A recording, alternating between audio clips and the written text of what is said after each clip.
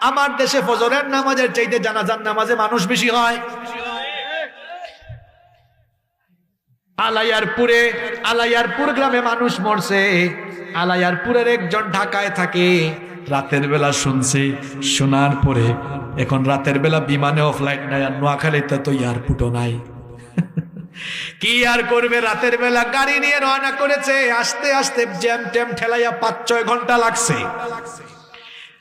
এই লোকটা জানাজার নামাজে এসে হাজির, কিন্তু ওই লোকের চরিত্র এমনও থাকে, মাঝে মাঝে দেখবেন তার বাসা থেকে 100 হাত নয় এতটুকু দূরত্বে মসজিদ, তার বাসা থেকে 100 হাত দূরত্ব মসজিদ, কিন্তু ঘুম থেকে উঠে ফজরের নামাজে যায় না। কিন্তু 200 কিলোমিটার গাড়ি চালায়া জানাজার নামাজে লোকটা চলে আসলো। মতলবটা কোথায়?